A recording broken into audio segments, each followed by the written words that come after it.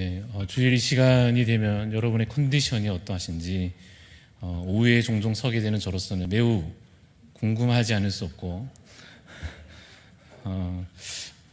그래서 제가 앞에 띄우기도 하고 종이를 나눠드리기도 하는 이유는 설교자로서 그런 마음이 들 때가 있습니다. 제가 집에서 요리는 못하고 안 하지만 말씀을 생명의 양식이라 여겨서 이것을 여러분들에게 어떤 의미에서는 이제 요리해서 먹이는, 드리는, 대접하는 마음으로 준비를 하곤 합니다. 그래서 이렇게 담아볼까, 여기에 담아볼까, 이런저런 마음으로 이해해 주시면 좋겠고, 아무쪼록 피곤한 가운데서도 말씀을 잘 들으시고 또 마음에 담아가시고, 그래서 생명의 양식이 잘 섭취되시기를 소원하는 마음으로 오늘도 이 자리에 서 있습니다. 여러분들 잘 섭취하여 가시기를 소원합니다.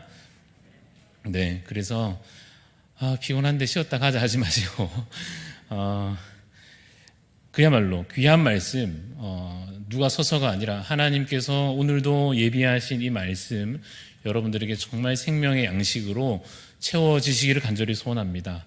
오늘 이 미가서 5장에 있는 말씀 한 절 한 절 오늘 읽어가면서 그 뜻을 좀 살펴보고 의미들을 묵상해 보고자 합니다. 10절에 있는 내용, 종이를 대부분 받으셨고 혹시 못 받으셨으면 또 아쉽게도 기회를 놓치셨을 수 있는데 혹시 남아 있으면 좀 주변에 보시고 나눠주시거나 다음번에는 또 봐서 다 여유롭게 준비를 하도록 하겠습니다. 네, 10절 말씀을 보시면 그날이라고 되어 있습니다. 지난번 말씀 잠깐 복습해 볼까요? 지난번에 저희가 여호와를 만날 만한 때에 찾으라. 그래서 찾으라, 부르라, 버리고 돌아오라 하신 말씀 조금이나마 기억이 나실 것 같고, 긍휼과 또 하나 단어가 있었는데 혹시 기억나십니까? 긍휼과 용서. 네, 제가 잘 들은 건지 모르겠지만 용서를 말씀하신 것 같았습니다. 그렇죠. 하나님께서 우리의 생각과는 다른, 우리의 길과는 다른 높은 하나님의 높으신 생각과 그 길을 따라 우리 죄인들을 긍휼히 여겨 주신다, 용서하여 주신다. 그러니 너희는 여호와를 만날 만한 때에 찾으라, 돌아오라 하신 말씀 우리가 지난번 나누었습니다. 오늘 본문 미가서 5장의 10절에 보니까 그날에 이르러는 이라고 돼 있는데, 그날은 어떤 날인가 하면 구원의 날이요. 구원의 날이니까 또한 무슨 날이 되겠습니까? 심판의 날. 그렇죠. 구원의 날은 또한 무슨 날이라고요? 심판의 날입니다. 하나님께서 구원하시는 날에 누군가를 구원하시는 동시에 누군가는 심판하시게 될 것입니다. 그래서 이 날은 기쁨의 날이기도 하고, 구원의 날이니까 기쁨의 날이기도 하고, 또 동시에 어떤 날이 되겠습니까? 두렵고 무서운, 그래서 누군가는 그 가운데 슬피 울며 이를 갈게 되는 날이 되기도 할 것입니다. 그런데 이 구원의 날, 그날, 그 구원에 관하여서 우리 잠시 생각해 보자면, 구원은 어떠한 의미에서 치유의 과정과도 유사한 점이 있습니다. 치유라는 것은 치료받는 것이죠. 병이 낫는 과정이죠. 그래서 예를 들어서 우리가 수술 하거나 받거나 하는 것과도 좀 비교해서 생각해 볼 수 있을 것 같습니다. 여러분 수술 받는 거 좋습니까? 안 좋습니까? 난 수술 너무 받고 싶어, 이런 마음이 들지는 않습니다. 다음 주에 또 했으면 좋겠다, 이런 마음이 들지는 않습니다. 수술하는 걸, 받는 것을 좋아하는 사람은 사실 없을 겁니다. 입원하고 막 째고 막 제거하고 이 과정이 얼마나 아프고 고통스럽고, 그래서 마취를 하기도 하고 그 고통을 이겨내기 위해서, 견뎌내기 위해서 그러지 않습니까? 이 치료의 과정, 수술의 과정이 사실 우리에게 어떤 의미에서 유익하여서, 그렇죠, 우리의 유익을 위한 것이니까 분명 우리에게 좋은 건데도 싫단 말이에요. 그렇죠. 우리가 어린아이도 아니지만 여전히도 이 수술, 어떤 치료의 과정, 병원 가서 진단받고 치료받고 하는 것이 좋은 건데 싫습니다. 구원이 좀 그런 점이 있습니다. 우리가 구원받는 데 있어서 일어나는 그 일들이 우리에게 있어서 사실은 우리가 여전히 죄 가운데 있음으로 인하여, 여전히 그냥 살던 습관대로 머물러 있고 싶은 우리의 욕심으로 인하여 구원받는 거 좋은 거잖아요. 그렇지 않습니까? 그냥 죽어 있고 싶습니까? 그렇지는 않단 말이에요. 그래서 구원은 받고 싶은데 막상 그 구원의 과정을 겪어보면 어떻습니까? 싫을 것입니다. 아프고 고통스럽기도 할 것입니다. 오늘 내용들이 사실 그러한 내용을 본문에 담고 있습니다. 10절에 보시면 구원의 날이 다가옵니다. 그렇죠? 그 날에 이르러서는 여호와 하나님께서 이 이스라엘 백성들에게 무엇을 행하실 것인가가 되어 있는데, 참고로 조금 더 서론을 하자면, 여러분 우리가 오늘 미가서를 읽습니다. 미가서는 미가 선지자의 글이란 뜻입니다. 이 구약에 있었던 수많은 선지자들의 글들이 있습니다. 여러분들이 좀 덜 읽을 가능성이 높지만 이사야, 예레미야, 에스겔, 또 뭐 있습니까? 다니엘, 호세아, 요엘, 아모스, 이 여러 선지자들의 글들이 각 이 나라들에 대하여, 특별히 하나님의 백성에 대해서도 경고하고 재앙을 말씀하시고 심판을 말씀하시고, 또 다른 민족들에 대해서도 바벨론과 아수르와 여러 민족들을 향하여서도 하나님께서 재앙을 선포하시는데, 특별히 미가서에서는 어디에 초점이 딱 맞춰져 있는가 하면 이스라엘을 향한, 하나님께서 택하신 그 백성 이스라엘을 향한 경고의 말씀, 재앙이 있을 것이다. 너희가 고통을, 이러이러한 일들을 당할 것이다. 하나님께서 그 백성 이스라엘에게 말씀하시는 내용이 미가서에 주로 기록되어 있습니다. 5장에 오면, 우리가 오늘 10절부터 읽었는데 여기에는 없을 테지만 2절 말씀이 여러분 그래도 한 번쯤 들어보시면 아실 만한 구절이 있습니다. 베들레헴 에브라다야, 너는 유다 족속 중에 작을지라도 이스라엘을 다스릴 자가 너에게로부터 나올 것이다.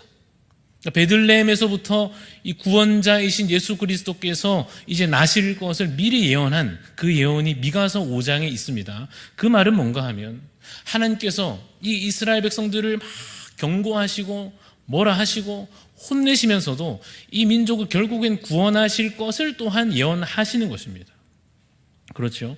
곧 너희 가운데에서 누군가 태어날 것이다, 구원자가 나타날 것이다 하시면서 그 구원자에 대한 예언과 더불어서 오늘 본문 읽었던 10절부터 15절이 이어지는데, 그래서 이것이 약간 뭐와 같다 했습니까? 병이 낫는 과정, 아니 그 수술 받는 과정. 그래서 구원이 좋은데 싫을 것이다. 이 모습들이 한 절 한 절 보면서 나타나게 될 것입니다. 이것이 여러분 우리가 거룩하게 회복되는 과정 가운데 아마도 반드시 일어날 일이 될 겁니다. 이제 드디어 10절 다시 이제 구체적으로 보십시다. 보시면 그날에 이르러는 어떻게 하십니까? 너의 군마를 어떻게 하십니까? 멸절하십니다. 너의 병거를 하나님께서 그 이스라엘 백성들에 대하여 이스라엘의 군마를 멸절시키시고 병거를 부수겠다 하십니다. 군마와 병거는 묶어서 말하면, 다른 말로 바꾸면 뭐가 되겠습니까? 군사력이죠. 군사력 중요합니까? 중요하지 않습니까? 당연히 중요합니다. 역사를 굳이 되돌려 보지 않더라도 지금도 여전히 나라가 어느 정도의 이 독립적으로 자유와 어느 정도의 안전을 보장받기 위해서 뭐가 필요합니까? 군사력이 필요합니다. 그래서 우리나라에도 군대가 있는 것 아니겠습니까? 그러면 여러분 잘 생각해 보십시오. 하나님께서 이 이스라엘 백성을 지금 구원하려 하십니다.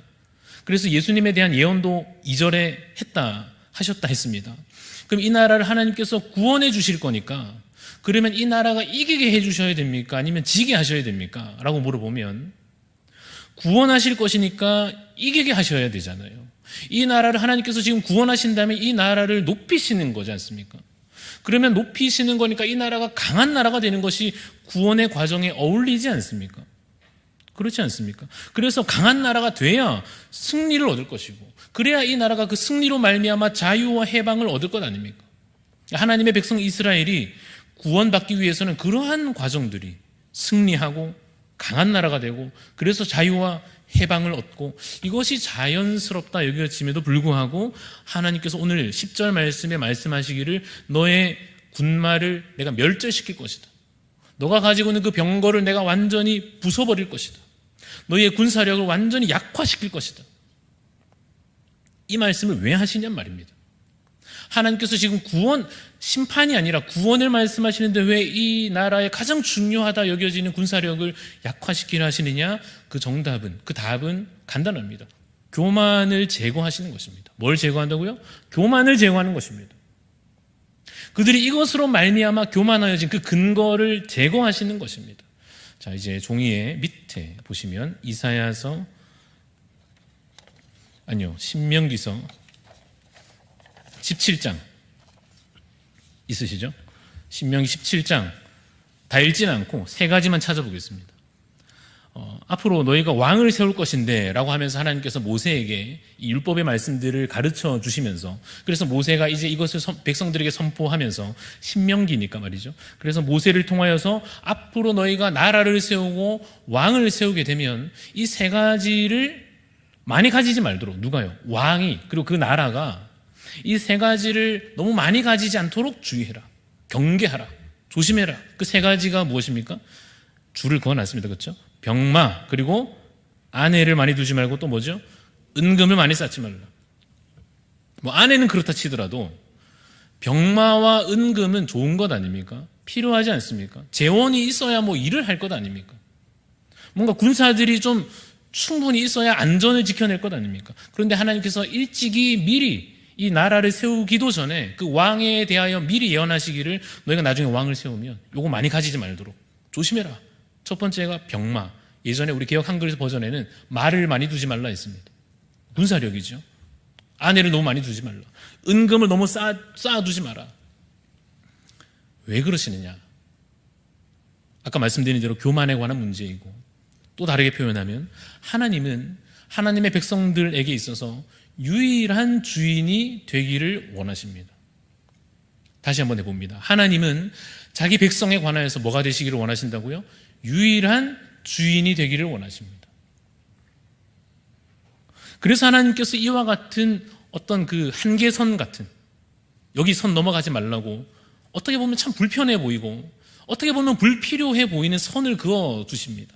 그 같은 원리로 이 이스라엘 백성들이 이전에 광야를 지날 때 하나님께서, 광야 얼마나 힘듭니까? 먹을 것도 없고 덥고 춥고 그 위험한 과정에서 또 하나의 장치를 해두신 게 있었습니다. 밑에 신명기 8장 16절 말씀, 이건 같이 한번 읽어보겠습니다. 8장 16절 종이에 있지요. 읽어보겠습니다. 시작. 내 조상들도 알지 못하던 만나를 광야에서 내게 먹이셨나니 이는 다 너를 낮추시며 너를 시험하사 마침내 내게 복을 주려 하시. 그 장치가 뭡니까? 만나로 먹이셨다.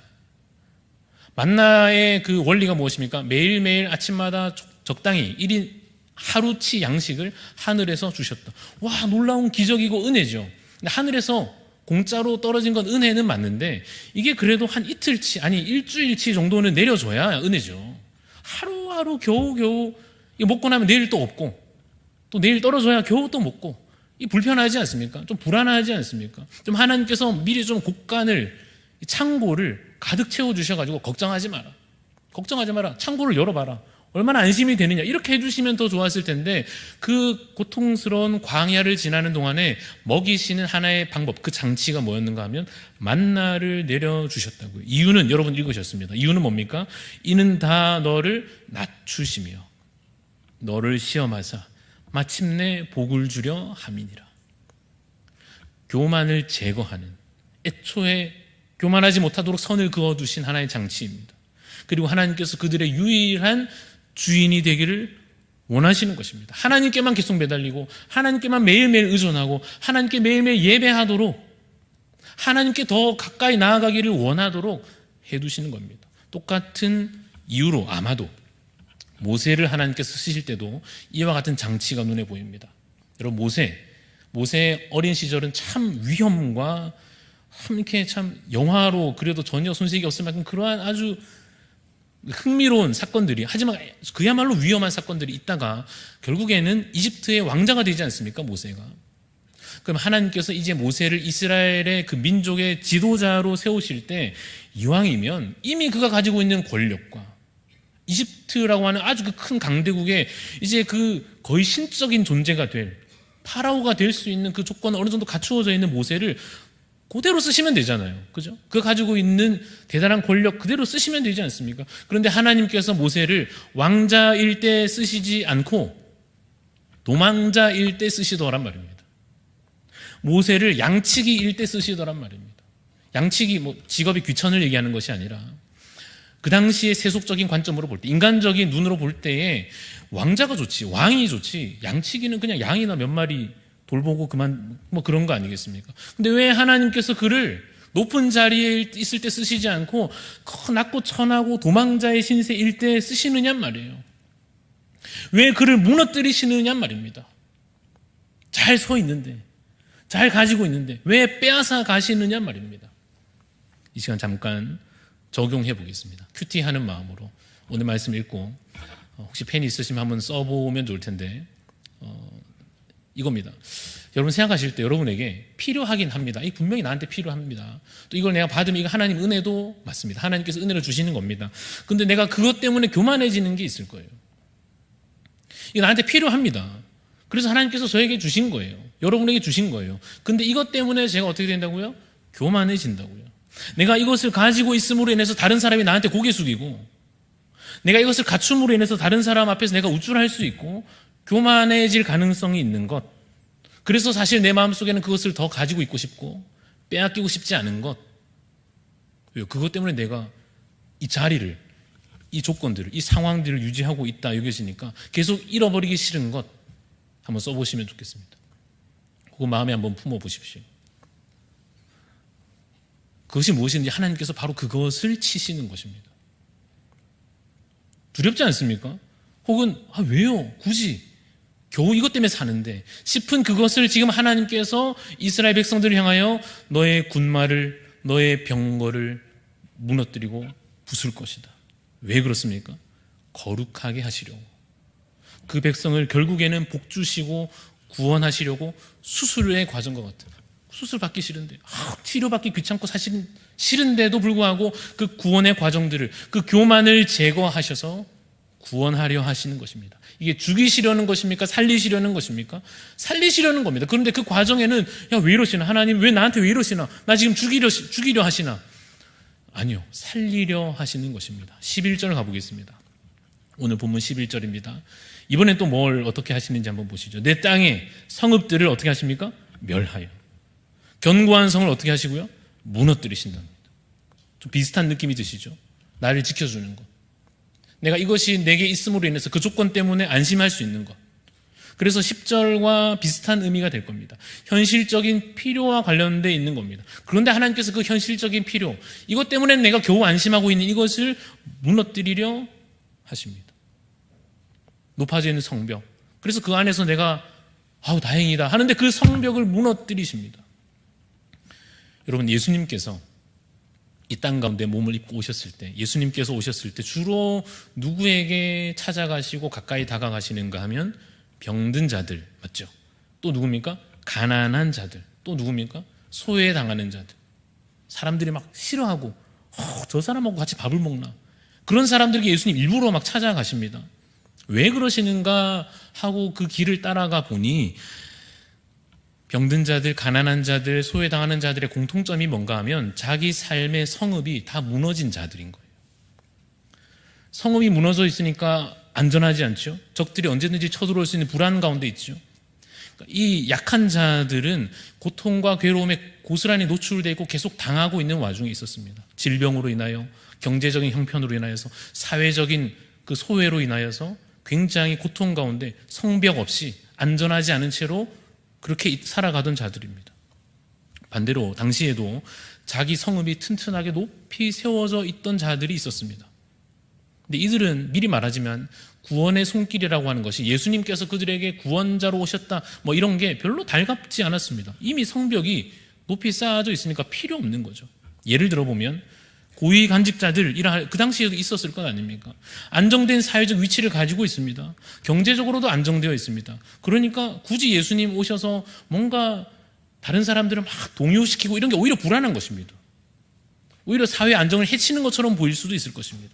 그래서 예수님의 어떠한 그 인기와 그 영향력이 불편하게 느껴졌을 수도 있습니다. 건강한 사람들, 막 아파가지고 누군가는 다리를 끌면서 예수님께 나아가고 있는 와중에도, 피를 흘리며 주님께 나아가고 있는 와중에도 옆에 서서 구경이나 하면서 나는 몸이 안 아프니까, 건강하니까 막 뛰어다니다가 무슨 일인가 싶어가지고 그냥 호기심 정도로 야 신기하네, 야 나았네 이러고 있단 말이에요. 누군가는 그 구원의 기쁨을 누리면서 그 회복의 은혜를 막 뛰면서 찬양하는 가운데도 그저 옆에 서서 구경하고 있습니다. 누가요? 건강한 사람들, 자기 성읍이 높이 안전하게 쌓아 올려져 있는 자들입니다. 또 하나, 이건 좀 신앙적인 문제고 종교적인 문제인데, 바리새인들이 있었습니다. 종교적으로 자기 성읍을 성벽을 높이 쌓아놓고 그 안에서 안심하고 있는 자들이 있었습니다. 그런데 그들을 보다도 예수님께서 낮은 자리에 있는 자기 성벽이 무너진 자들에게 더 찾아가신 이유는 뭔가 하면, 그들을 위로하시고 그들을 회복시키는 이유는 뭐겠습니까? 그들이 주님을 간절히 찾기 때문입니다. 그들에게는 정말 당장 주님이 필요하기 때문이었습니다. 그래서 주님께서도 그들에게 다가가시는 겁니다. 그래서 그들에게 구원의 손길을 내밀어 주시는 것입니다. 여러분, 우리도 사실 그런 경험이 다 있을 겁니다.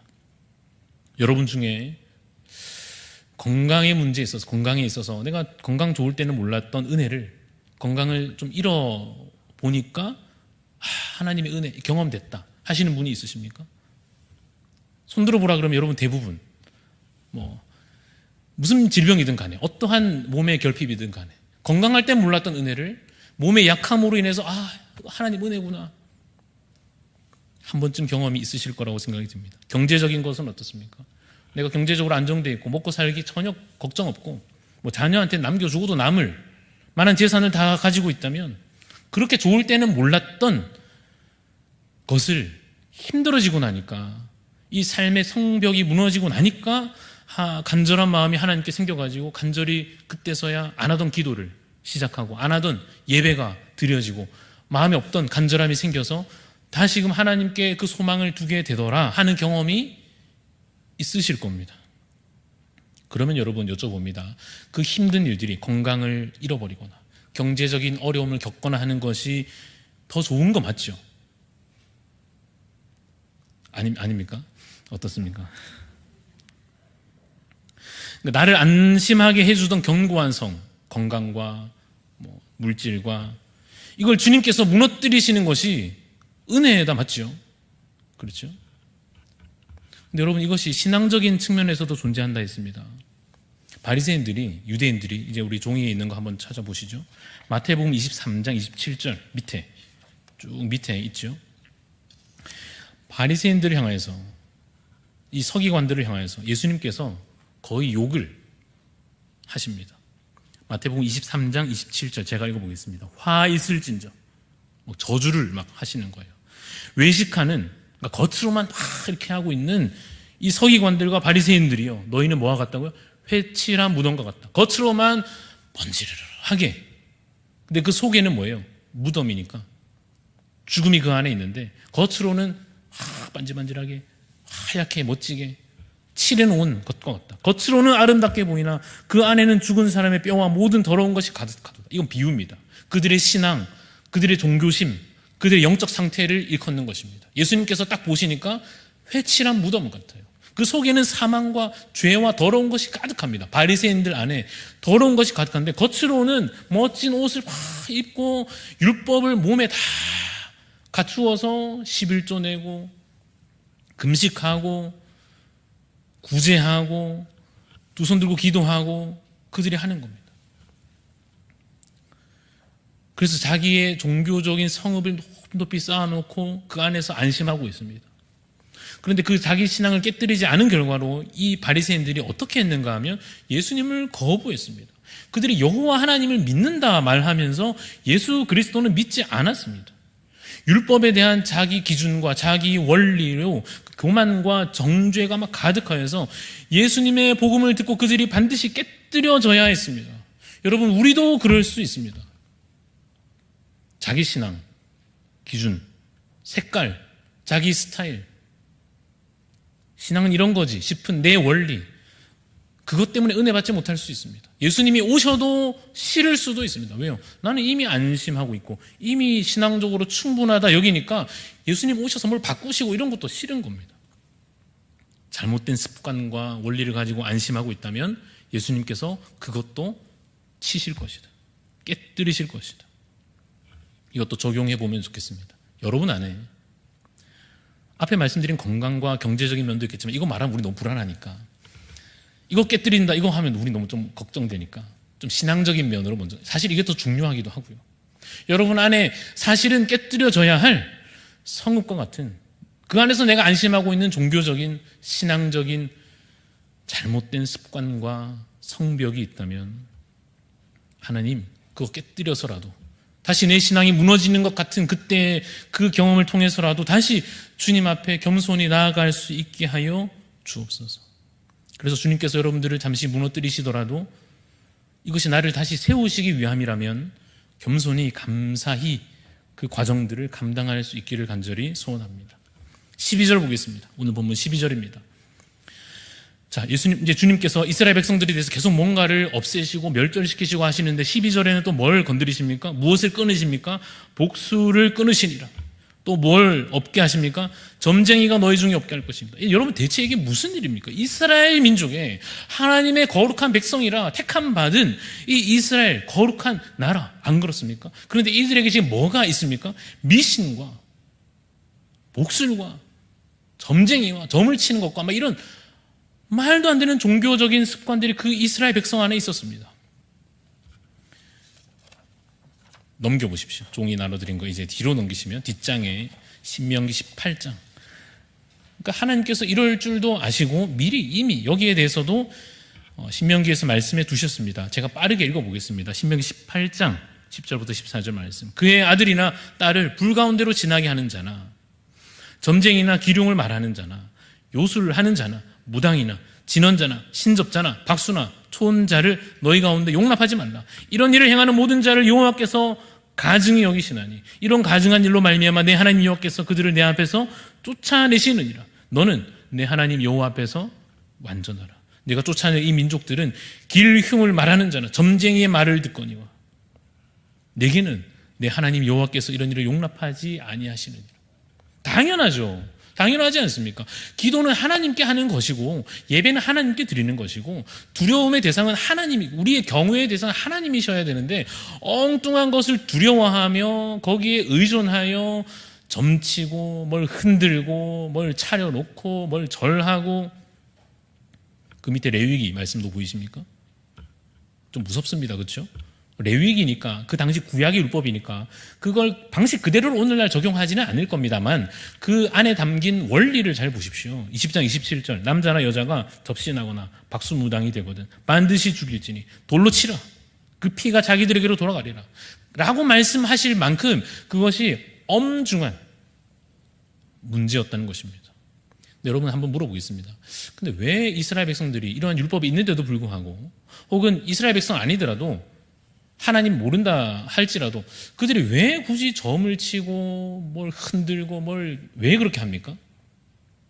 뭘 이렇게 팍 뿌렸다가 뭘 줍고 이거 왜 하는 겁니까? 뭐 팍 흔들어 그 하나 뽑고 이런 거 왜 하는 것입니까? 왜 하죠? 불안한 거죠. 미래에 대해서 알고는 싶은데 모르겠으니까 불안한 거죠. 내가 결정을 해야 되겠고 이게 1, 2, 3, 4 중에 결정 하나는 해야 되는데 뭐가 더 나은 결정인지 몰라가지고 불안한 거죠. 그 답을 얻고 싶은 마음이죠. 그때 그러한 행위들이 미래에 대해서 불안하여서 답을 찾고자 하는데 그렇게 잘못 행하는 그 행위들이 하나님의 음성 듣는 것에 방해된다는 것입니다. 하나님의 인도하심을 받는 것에 방해된다는 것입니다. 치명적인 장애물이 되는 겁니다. 그래서 하나님께서 이것을 어떻게 하신다고요? 제하여 버리십니다. 지금도 예를 들어 보겠습니다. 예를 들어서 목사님이 상담을 딱 하다 보니까 여러분 자녀를 이제 결혼을 딸을 결혼 이제 시집 보내야 되는데 예를 들어서 이제 사위 될 사람 뭐 남자친구라고 이제 보니까 남자도 신앙이 좋고 딸도 신앙이 좋고 서로 사랑하고 또 만나보니까 대화를 해보니까 인격적으로도 괜찮고 그러면 목사님 마음에 어떤 마음이 드시겠습니까? 좋겠는 거예요. 축복하고 싶은 마음이 들죠. 하나님께서 이렇게 가정을 이루어 한 몸 되는 것을 하나님 기뻐하실 것 같은 마음이 들어서 권사님 참 좋네요. 근데 권사님이 도저히 불안해가지고 목사님으로는 충분치 않아서 도저히 불안해가지고 이제 궁합을 잘 맞는지 이게 궁합을 이제 보러 가가지고 결과를 딱 보니까 절대 결혼하면 안 되는 거예요. 결혼을 시키겠어요, 안 시키겠어요? 안 봤으면 괜찮은데 괜히 봐가지고 분명히 목사님이 하나님의 은혜가 뭐 이렇게 얘기하는 기억 안 나고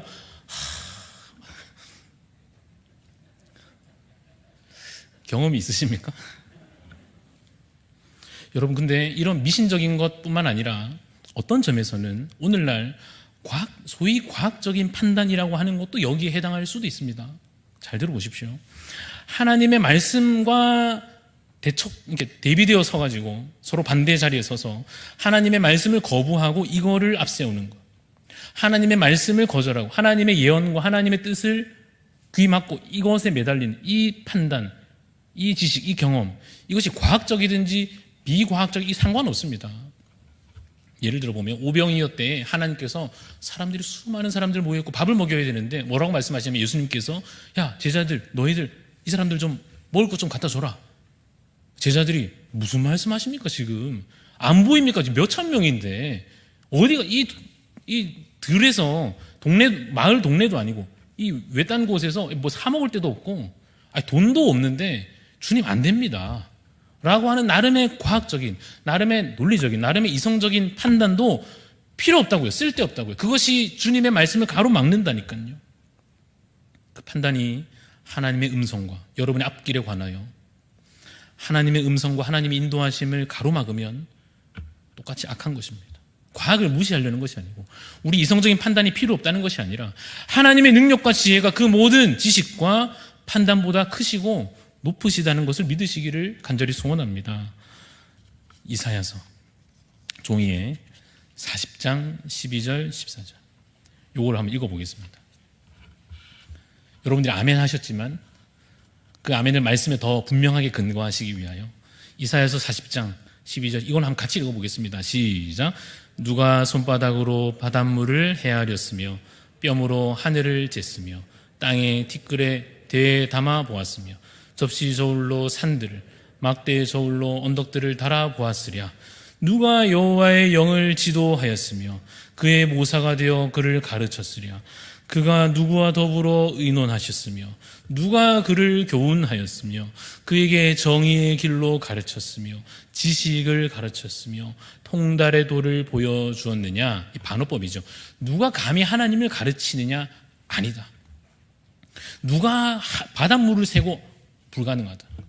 누가 하늘의 넓이가 높이가 어떻고 안 된다는 거죠. 인간이 아무리 잘나도 뛰어난 것 같아도 인간 중에서 아무리 천재여도 어떻습니까?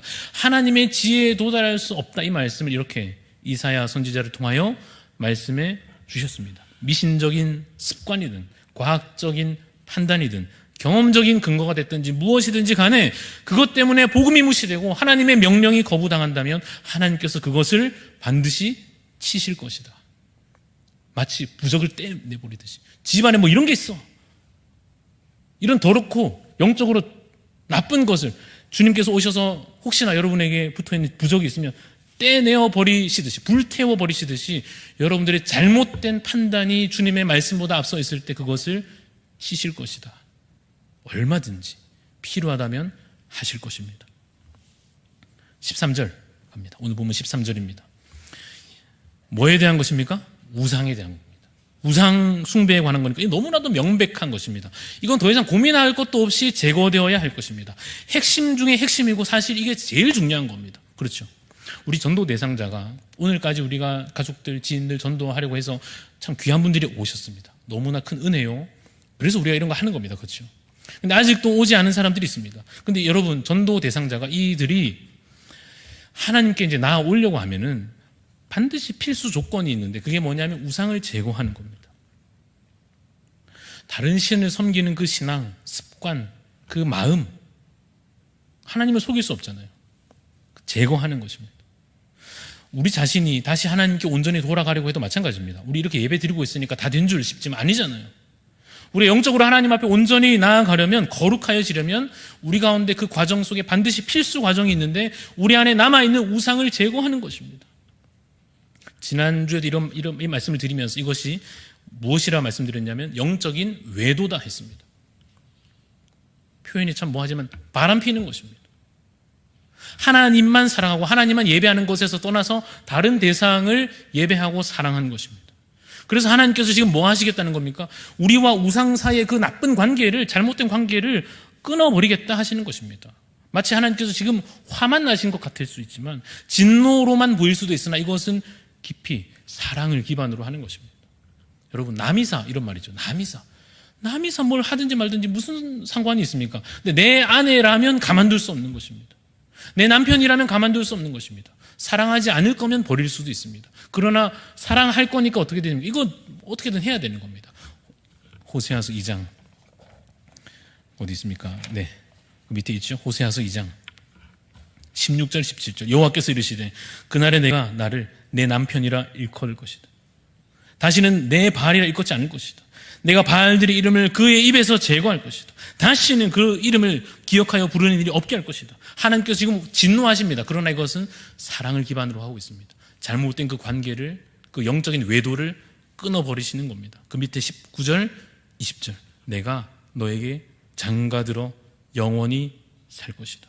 공의와 정의와 은총과 긍휼히 여김으로 내가 너에게 남편 되어 장가들며 진실함으로 너에게 장가들리니 그래서 네가 여호와를 알리라. 하나님 입장에서도요. 여러분 하나님 입장에서도 그냥 관계 끊을 것 같으면 그냥 버리면 끝나는 것입니다. 여러분들이 뭐 딴 거를 예배를 하든지 어디 가서 절을 하시든지 뭐 또 어디 가서 뭘 빌든지 여러분을 버리실 것 같으면 하나님께서 그냥 내버려 두면 그만입니다. 그러나 하나님은 우리와 관계를 끊으실 수 없기에 약속 때문에 참 하나님도 참 그러시죠. 혼자만 약속의 짐을 다 짊어지시고 우리가 약속을 깨는데도 하나님께서 친히 그 약속을 붙잡고 계셔서 끝까지 우리를 사랑하기로 작정하신 대로 하여튼 우리를 뭐락하셔가지고 혼내셔가지고 정신 차리게 하셔서 돌아오게 하시는 것입니다. 오늘 보면 14절에는 그래서 아세라 목상까지도 그러니까 이런 게 있는 것 자체가 말이 안 되지 않습니까? 집안에 다른 사람이 들어와 있는 것 같은 그 말도 안 되는 예배의 자리에 여기에 무슨 뭐 엉뚱한 게 있는 그 말도 안 되는 장면 같은 그들의 영적 현실을 사실 우리의 삶의 현실을 주님 앞에 세웠을 때 하나님께서 그것을 제거해 버리리라 하십니다. 여러분 이 말씀을 읽어갈 때 제가 어떤 장면이 떠올랐는가 하면 10절, 11절, 12절 읽어오면서 어떤 장면이 떠올랐냐면 엄마가 아이를 보는데 아이가 하지 말라고 뛰지 말라고 가만히 있으라고 했는데 꼭 장난치고 뛰어다니다가 웅덩이 물에 더러운 물에 빠져가지고 옷 다 버리고 근데 이제 엄마가 어떻게 합니까? 깨끗하게 이제 데려다가 씻어주고 새 옷을 입혀주고 꼭 안아주기까지의 그 과정 같은 거예요. 오늘 읽은 이 한 구절 한 구절이 막 무서운 진노를 뱉어내시는 것 같기도 하지만 또 한편으로는 지금 잘못하여서 빨리 씻어가지고 깨끗하게 해서 안아주면 끝나는 그 아이를 얼마든지 회복시킬 수 있는 그 힘과 사랑을 가지신 엄마처럼 하나님께서 우리를 그 아버지의 사랑으로 회복시켜 주시는 것이 느껴진다 하는 것입니다. 시편 51편 1절 2절 말씀도 있죠. 맨 마지막에 있습니까? 시편 51편 1절 2절 다윗이 씻을 수 없어 보이는 그러니까 우리의 수준으로 말하면 씻을 수 없는 죄악을 용서받을 수 없는 죄악을 저질렀을 때 하나님께 나와서 이 기도를 하는 것입니다. 같이 읽어봅니다. 시작. 하나님이여 주의 인자를 따라 내게 은혜를 베푸시며 주의 많은 긍휼을 따라 내 죄악을 지워주소서. 나의 죄악을 말갛게 씻으시며 나의 죄를 깨끗이 면목이 없지만은 뭐 어쩌겠습니까? 주님께 나아오는 것입니다. 그래서 주께서 내 죄를 깨끗이 씻어주시기를 소망하는 것입니다. 마지막 15절입니다. 15절에는 약간 반전이 있습니다. 오늘 본문 15절에 약간의 반전이 있습니다. 10절부터 14절까지는 이스라엘을 향한 진노라 했습니다. 내 백성 너희들 내가 다 없애버릴 거야. 너희 가운데 그거 다 제거해버릴 거야 하시다가 15절을 제가 읽어보면 내가 또 진노와 분노로 어디에 대해서 갚으시는가 하면 순종하지 아니한 나라에 갚으리라. 이 말은 사실은 다른 민족 이스라엘 백성들이 아니라 다른 나라를 향한 하나님의 진노입니다.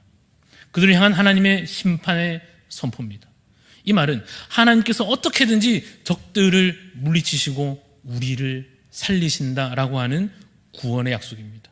반드시 하나님께서는 결국은 악을 심판하셔서 우리를 구원하시겠다 하시는 것입니다. 때로 하나님께서 우리를 꾸짖으시고 벌하시고 그래서 우리를 고난 중에 두시기도 하시고 고통을 겪게도 하셔도 결국에는 다시 우리를 세우시고 우리를 회복시키시고 다시 우리를 승리케 하시고 고난을 견디어 마침내 그 고난을 면케 하시고 구원과 평강을 누리게 하시는 것입니다. 하나님은 우리 편이십니다. 맞습니까? 하나님 우리 편이십니다. 하나님께서 우리 편에 서십니다. 내가 너에게 장가 들리라 약속하시고 선언하십니다. 그거면 충분한 것입니다. 오늘 말씀 통하여서 역사의 큰 흐름을 여러분 사실은 다시 확인할 수 있습니다. 하나님께서 그 백성 이스라엘을 일찍이 택하셨습니다. 그런데 이 이스라엘 백성들이 말 안 듣고 불순종하고 우상 숭배하고 교만하고 음란하고 악한 일들을 저질렀을 때 하나님께서 그들에게 진노를, 그래서 그들에게 형벌을 주시지만, 그래서 그 이스라엘 나라가 구약의 역사를 따라가 보면 결국 멸망하기도 하고 포로로 잡혀가기도 하지 않습니까? 근데 이 과정이 무슨 과정입니까? 구원하시기 위함이다 하는 겁니다. 그래서 예수 그리스도로 말미암아 결국은 그 백성들을 향하여 구원을 마침내 이루시고, 마침내 영적 이스라엘, 민족만이 아니라, 그렇죠, 혈통만이 아니라 이제는 예수 그리스도를 믿음으로 나도 이스라엘 백성 된 우리 자신들을 향하여서도 하나님께서 회복과 구원을 오늘 우리에게 선언하여 주시는 것입니다. 악한 자들을 심판하셔서 우리를 구원하실 것입니다. 하나님의 통치로 하나님의 나라를 이 땅 가운데 이루어 내실 것입니다. 각 개인들의 역사도 이 역사의 큰 그림 안에 있을 것입니다. 내가 왜 이렇게 아픈가? 내가 왜 이런 문제 가운데 있는가? 왜 이 일은 풀려지지 않는가 싶은 그 모든 과정들이 하나님의 놀라운, 너무나 커서 우리가 다 가늠하기 힘든 구원의 역사, 그 한 부분 가운데 우리의 삶이 진행되고 있을 것입니다. 사랑하는 성도 여러분, 믿음을 가지시기 바랍니다.